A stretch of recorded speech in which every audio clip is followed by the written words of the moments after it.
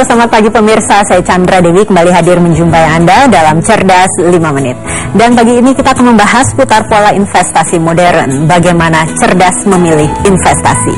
Bersama saya di studio Metro Manulife telah hadir Ibu Rustini Dewi, Retail Bank Head dari Citibank Indonesia. Selamat pagi Ibu Dewi. Selamat pagi Mbak Chandra. Bu Dewi, bisa dijelaskan bagaimana sebetulnya pola investasi di Indonesia pada saat ini, Bu?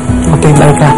Berdasarkan temuan survei independen yang kami lakukan, pola investasi di Indonesia masih cenderung konvensional, di mana produk yang dipilih masih berkisar pada deposito, tabungan, asuransi, serta properti.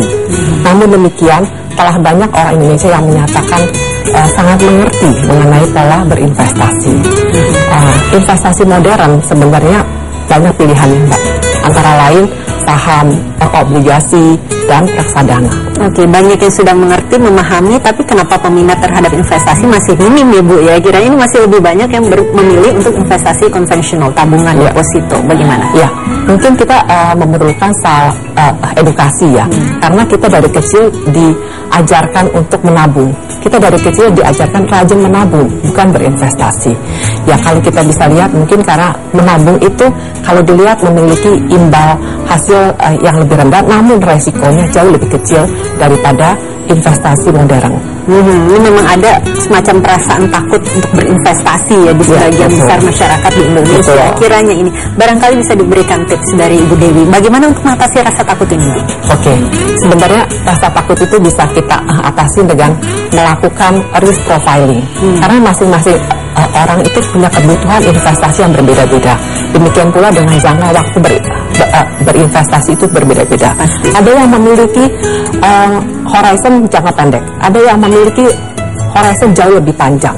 Nah, dari situ kita bisa melihat bagaimana tujuannya, lalu kita bisa menawarkan produk-produk yang sesuai dengan profil daripada investor tersebut. Oke, berbicara mengenai investasi modern, ini berinvestasi di reksadana misalnya, ini calon investor bisa melalui perbankan untuk membelinya ya Bu saat ini ya? Tentu saja, karena kita sebagai perbankan, kita tidak hanya menawarkan produk-produk tabungan, deposito, tapi kita juga menawarkan alternatif investasi dalam instrumen seperti reksadana, obligasi yang bisa kita sesuaikan dan kita tawarkan sesuai dengan profil daripada calon investor. Keuntungannya apa membeli di pekan?